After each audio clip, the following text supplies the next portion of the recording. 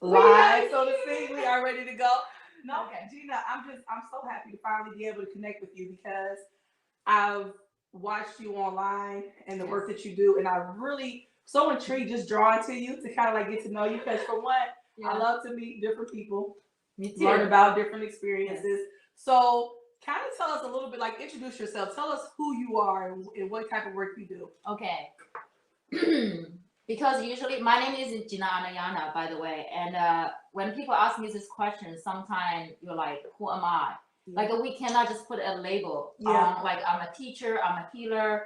But however, when people ask you like, who are you, right? Yeah. What kind of work you do? So normally I would say I'm an energy worker. Yeah. Okay. I work with energy. Okay. But then when you on the title, on Instagram, Facebook, when you present yourself, so I call myself intuitive healer. Oh yeah. So I'm a healer. Sure. I do shamanic healing.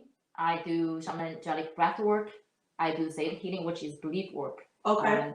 And I also do card reading and Reiki.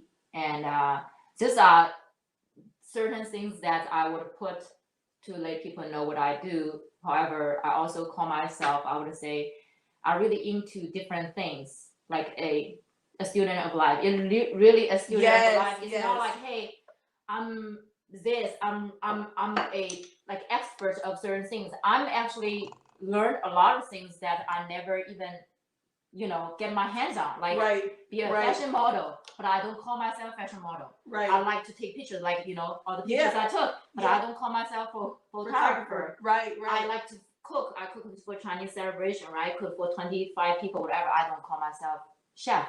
Yeah. So those are things I do on the side, and also I have my podcast, Unity Through Diversity. So I guess I can call myself a podcaster. Yeah.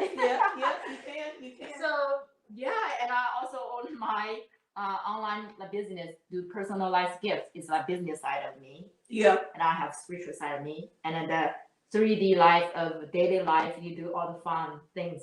Yeah. So I mean, is that a general if it's hard to say who are you? I know.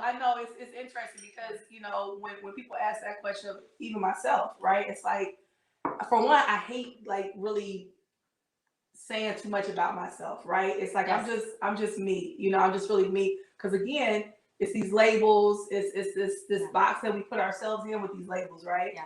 But then also you understand that people just want to kind of get to know you. So then it's like, okay, well, I'll give this part of it, but like you said, there's certain aspects of me that I do, but they don't really define me.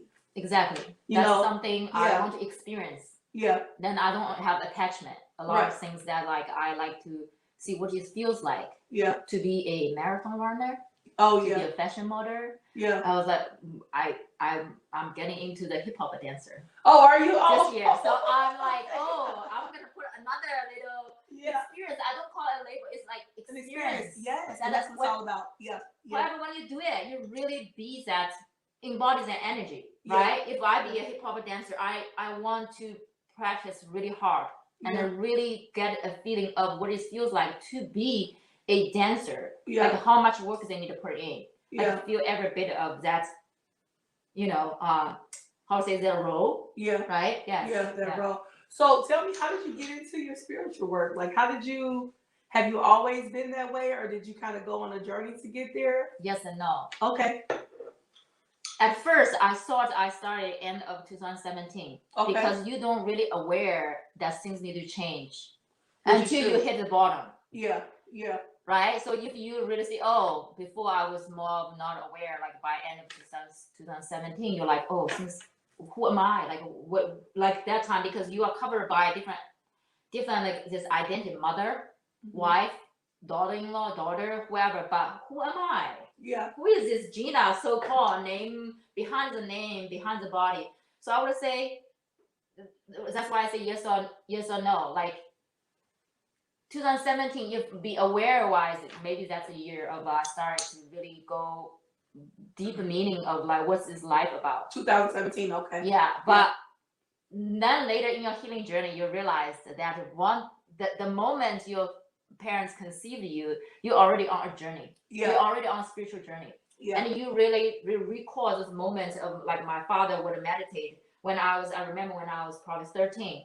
I remember now when I'm meditating, see the color. I was like, I saw this color before. The auras and stuff. Yeah. And I realized, whoa, when it was the first time I saw it, it was when my dad was doing fasting, meditating. Yeah. And I was like, when I was 13, actually, I was doing meditating. I did not even know what I was doing. Right, right. Tell me a little bit more about energy work, because you say you do energy work. Yeah. And I know, plenty of people who say that, right? Uh-huh. But I want to ask you specifically, what do you consider energy work? What does it entail? How does it work? You see, around us, some people can see aura, right? Yeah. This is not something that I'm talking about, something that people don't understand. Like, people can see aura. Right. People, right. And I have people come to me from this like event workshop, and people later come to me. They're like, oh, we need to talk to you, because I guess it's a lot. Mm-hmm. But I was like, yeah, let's talk about it. And he's like, we saw you from behind. You're like beaming. I was like, I get interested because some people can see, some people cannot see. So I know that he can see. I was like, what do you see? He's like, you have a halo, like behind. And also that one girlfriend I know. So that's why I know that he's telling the truth, because other person saw that too. So, but what I'm saying is we all have this energy field around us. Yeah. It could be a couple feet away, depends on this person's energy. Yeah. Like myself, go out there, my aura, my energy, we call light body or like energy body, my energy body pretty wide. So when people into my field, when they, even though they cannot see it, they feel drawn to talk to me. Yeah. Like I will get in the restaurant, like I'm literally doing my own thing. I always carry my journal, like doing my thing, maybe a glass of wine, and the people next to it, they will start talking to me, ask me, and they will ask me to sit with them sometimes. Like I was like, it's like a couple. It's not like a single guy or single woman, right? You think, oh, people interested in you, a couple. Yeah. So why I say that, I just want to kind of like give a big picture, is we all have this energy, like this field around us.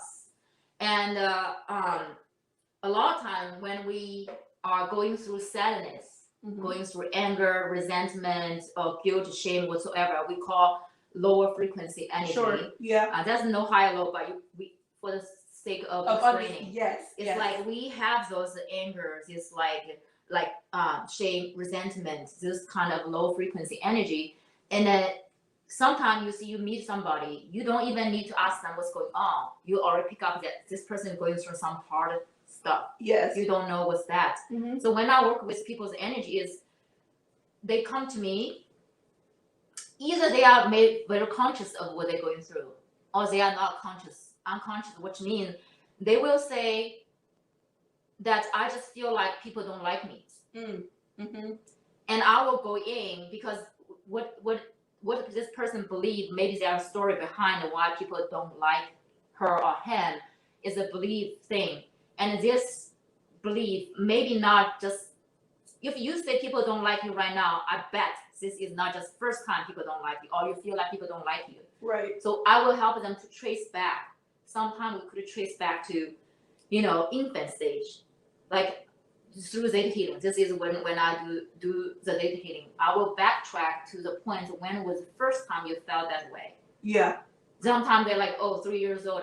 What's going on 3 years? They're like, my parents is going divorce. Sure. And they are fighting. Maybe she overheard that they say, well, because of this baby, this thing, like whatever scenario it is, but they carry this energy in their current energy field. Yeah. So I will go do releasing what it feels like when you were 3 years old, when your parents are fighting, talking about divorce, how you feel like I release that feeling. Then, because energy doesn't have time and space. Right. Say, because you carry them right now. Yeah. So when I work with the energy right now, but also I'm working on the energy in the past, because after I work with the energy you carry right now, because it shows in your current state of living. Sure. Then when you go back to think about after the session, you go back, think about that, you're like, actually, I don't feel that anymore, or less. Yeah. That's, I'm talking about, I'm working on people's energies that I go, or even I go to the future, I will, if people want to do manifestation. Sure. They're like, oh, here's what I'm, and I'm manifesting this thing for 5 years. So I will bring this person to the 5 years version of a future version and backtrack to see what blocked them. Yeah. Because there's certain energy, let's say, you want to manifest a cottage up north, right? You visualize you with your lover. I'm big into manifestation. So I believe in it, and I've seen Right? it work. Yes. Yeah. Yes. So people's like, I want a cottage. I want my lover there. You know, like face to the lake. You know, we are drinking wine. I was perfect. Hold that. I'll ask them, what's the worst thing could happen if the dream is happen tomorrow? Like tomorrow you wake up in your beautiful lake house. What's the worst thing could happen? Yeah. Oh, then I will leave my kids. And what's the worst thing could happen if you leave your kids? And I'm like, I'm a bad mom because I'm have a new lover. It seems that I live in my life and left my kids behind. So this, I just give you a little bit of an example, because when you digging, you will find out at certain time of this person's life, she felt that she left her kids behind. That's the blockage for her to manifest the lake house with the lover. Because if that thing happen, she will reliving the feeling of left her kids being bad mom. Even deeper. This is just 2 layers. Sure. So that's why people are very interested in manifesting, then they won't manifest it. I was like, okay, let's figure out why. Yeah. So that's why I'm talking about energy. Is I just working on you right now. The feeling you have right now is access to every single past, future, or even present, something you are dealing with right now. I can transmute that. Yeah. So is that? Oh no. See, I'm totally into that. So I believe in, you know, energy work. I believe in manifestation. Yes. Because we're all energy. Yes. And it's so funny because when you talk about it, sometimes people think that you're being, you know, like, you know, and it's like, no, it's really not like that. And so I just really feel bad for people that dismiss it before they truly understand what it does. Because really, essentially, a lot of therapists, a lot of counselors, they use some of these same techniques. They just have different verbiage, you know? Yes. And so, and it looks differently. But a lot of it is, like you said, clearing out, making space, and opening yourselves up, healing and receiving, right? Yes. I mean, it's just a very simple thing. You know, you release and you take in. You know, we're constantly doing that with us being energetic people. Yes.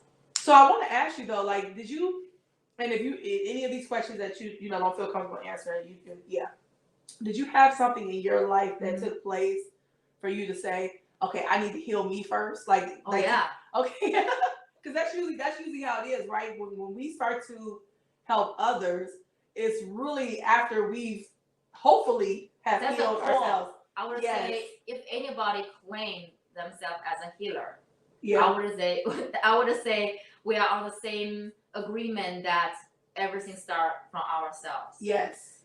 Like when I started my healing journey, I never thought that I would go out there to heal other people. That was not even 1% of my thoughts of like, oh, I'm gonna be a healer. I'm gonna heal other people. No, it's through my self-healing to the point I realized I acquired those healing modalities that helped me. And by the time I realized I have 5-6 of this healing modality, I was like, then what? Because I went through the training, because I went through the workshop, went through training, because I want to work on myself, like Reiki, right? You go to pay, I mean, $60 plus tip, or $70, $80. Yeah. The Reiki is a healing modality that instantly you can feel better. However, you do not know why you don't feel good at first place. Right. So you really haven't dealt with the problem. Exactly. You remove that, especially I do Reiki on you. You tell me certain parts, I do that. You instantly feel better, but 2 weeks later you're gonna find me again. Yes. So for me, when people come to me, not to try to say, hey, Reiki is not good. I'm just saying. Of course, we will say. Reiki is awesome. I said Reiki. Awesome. But I like what you're saying though, because that is very true. Because that happens a lot in society where it's like a Band-Aid, right? It's that Band-Aid. Yes. It's that Band-Aid. Yes. And so we're not discounting that word. It's just that if you truly want to be healed, we're talking about healing. I'm talking about if you see the weed, I'll always say the grass there, right? Grow. Yeah. You keep cutting the grass. Yeah. So 2 weeks later, I mow my lawn every week, summertime. Right. However, if you really don't want the weed to come out, you need to dig the root. Yes. So I'm saying, yes, you're gonna feel better. However, why it serves people is sometimes when people be healing, they are not ready to remove that core of the roots yet. Why? Because they still feel that they will see, that's back to how we motivate each other, how we motivate ourselves. Yeah. When I look back my journey, I was holding on of the memories that my dad did not really see me. Yeah. So that's my actual root is my dad didn't see me. Yeah. And it shows up. I will do a lot of things to prove to him, and it become a mechanism of I do things. Later, I forgot I was doing this to prove. It become a program. Yeah. That it served me. Yeah. So when people are just taking care of, say, oh, why I need to work so hard to make money or make a living, they will show up. Let's say if people are, it's a limiting belief. If they believe that I need to work so hard to make money, or if I need to prove it to people, so to show my worth. Yeah. It's in your solar plexus. Yeah. Okay. So, however, if you have solar plexus problem, which means your stomach problem, I do Reiki, right? Mm-hmm. That. But however, they are still needing this drive to get them to the next goal or achieve next thing. So that thing serves them. Yeah. That my dad's thing served me for many, many years, until one day after I do a lot of healing work, I realized I do not need to motivate myself, use how my father see me. I motivate myself is the way I ask myself, do I love it? Yeah. Do I feel happy doing that? Yeah. Other than that, I don't really care how other people think it's worth it, not worth it, whether it fit her, not fit her. It's not their place to say. You need to gain yourself strength, the willpower. Then you can allow these two things to strip away. But like I said, that's why I say like Reiki or other, a lot of healing modality. Yeah. Like massage. Again, massage is great. I love massage. I have massage in my because we are human. Yes. We are this consciousness in our human body. Yeah. So our human body need a release, all this massage and certain things to make you feel better, and facial, right? Everything. Yeah. We are taking care of our human body. Yeah. So I'm not saying massage. I love massage. Oh, sure. But I'm just saying that if we really want to, if you really want to end a certain pattern. Yes. In your life that doesn't serve you, and you are willing to get rid of, or it's causing you harm, right? Exactly. Yeah. Yeah. So I'm saying that if you really want to get it to the core, say, hey, I witnessed this limiting belief pattern for years. That's why people come to me, have the one-on-one session, is because they're like, I know this doesn't serve me, but I do not know where it come from. Yeah. And how can I transmute that?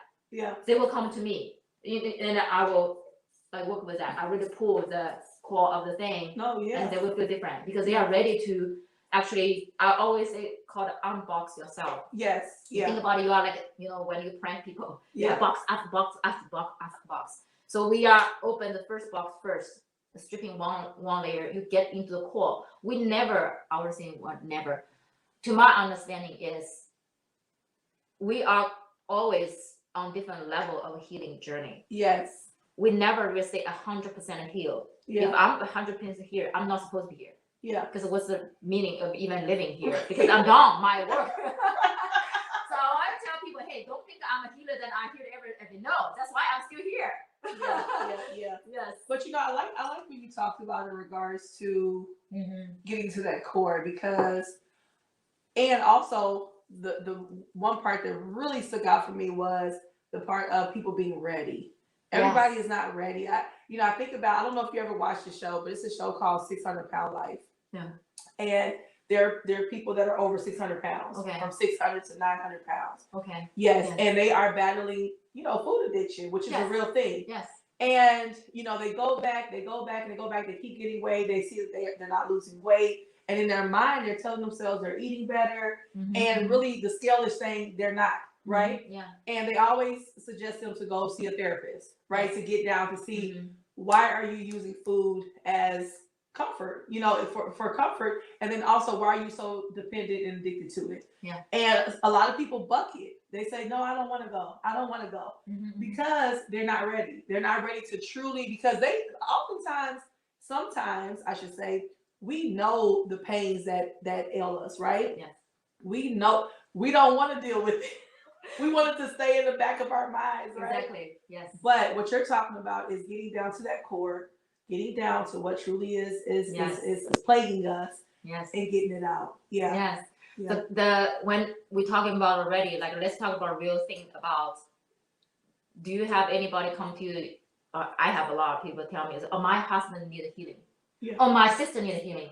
And I guess what? I was like, you know what? If you are in front of me, the person needed healing is you. Yeah. Why? Because they are okay with their whatever the decisions they made in your life. You were not okay with them. So what do you see that? It's not they triggered by you. You triggered by them. They trigger you. So if they trigger you and they are living their human life, they are okay with that. Yeah. So guess what? I was like, that's why you are sitting in front of me right here. Yeah. No, I love that. I talk about that so much, and some people don't understand it, and they kind of get offended by that. Yeah. But it's the truth. Like what people do, like I always used to tell my children, no one can make you mad. Nobody can make you anything. You choose this, right? Yeah. And it's this idea, like you said, that the person that did it to you is fine, and even if they aren't, they're still their own entity, right? Yes. You are responsible for you, so you're responsible for your reactions, your emotions, how you respond to them. Yes. Yes. So I mean, I'm glad that you pointed that out, because that is so important for people to understand that you take care of you, right? When you heal you, other stuff around you will change only because you're changing, right? So the way you receive it has changed. Yeah. The way it triggers you is no longer. Yeah. So you're the one that actually needs to do that work. Yeah. But I think the hard part of why people come, like, say, hey, because they really care this person. Sure. They say they really care about their husband, really care about their dad. They say the dad is not being eat food consciously, eat the deep fried food or so-called junk food, right? In her eyes, it's junk food. Yeah. It's not serving her dad's health. Right. Now so I know her intention is good. Right. So I want to also kind of circle back is how I see, or how, to a certain point, not getting yourself into those type of, in the name of love. Yeah. In the name of care. Yeah. We are all on our own path. That our choices is my own choice is going to affect me. Yeah. If this person is okay, maybe you think the junk food actually, the people smoking, smoking and drinking, people live to 95. Yeah. Because they use drink as medicine instead of poison. It depends on how you use it. Yeah. So that's why, I'm drinking bourbon. Yeah. That I only drink when I'm happy. Yeah. I do not drink when I'm sad, angry, numbing myself. So I always tell people that Gina know how to play, how to party, because I don't get drunk. My ex never saw me drunk in the last 10 years. Oh, yeah. Because I don't need to, I don't have to, because I'm happy, and also I've lost my drink. So I use it as medicine to actually work with me. I work with my drink. Yeah. But when I'm angry, sad, or whatever, I don't drink, because if you drink it, that's how you become as addiction, then become poison. Yeah. So what's your intention of anything? So the junk food, in my eyes, I would say, or the person I was talking about, if she triggered by the father is eating junk food, but the father didn't think it's junk food, he is actually enjoy it. He's happy. He enjoy it. That on the long run, he's fine. Or even though he's in the hospital or whatever, guess what? It's his own choice. He's going through the health things from your own choice. Like, you take your ownership. Yeah. And he has the choice to choose how he's gonna choose his death. Yeah. And also a lot of people are not willing to talk about that, but I'm very comfortable talking about that. It's like, my life is in my hand. I know when I eat grapes, what is that gonna do to me? I know it. I know when I eat chicken, what does that do to me? I know when I eat whatsoever. I know it. And then guess what? This person also knows. If he knows that things is not good for me, and he still chooses that, what you can do? You cannot pull him out of his own classroom. I always tell people, think about it. We are in a different classroom. Yeah. You pull people out of the first grade. You put him or her in third grade. Guess what? He's gonna fail. She's gonna fail pretty hard. Yeah. So we're gonna be okay for people to stay in their classroom when they're ready. I always make it, tell people use the roses. You see, all the roses, they do not bloom at the same time. Right. Right. So some roses already like blooming, and you see other ones, they are still a bud. But I'm saying that all the roses eventually they're gonna bloom. But however, some start blooming faster, earlier than other ones. And guess what? The one bloom earlier will have fruit earlier on the healing journey or the human journey. That's why when you see really see the whole process, you will not feel superior just because you're blooming and other in the butt, or just because you already have fruit. You think people are less than or whatever. We are on the different, stage of our spiritual journey, healing journey. People don't see it because they not supposed to see it at that time. And if you force people to see it, which if you force the rose to open, we all did. I did it when I was young. I opened it up, and then you realize second day the rose died because you force people to awake. But when you say force people to awake, actually you are the person asleep because they are where they at. They know they are okay. You're not okay. Right. So I always say, if you tell people to awake, probably you're the person that asleep. Yeah. That's so funny, right? Yeah. No, that's true. That's true. Yes.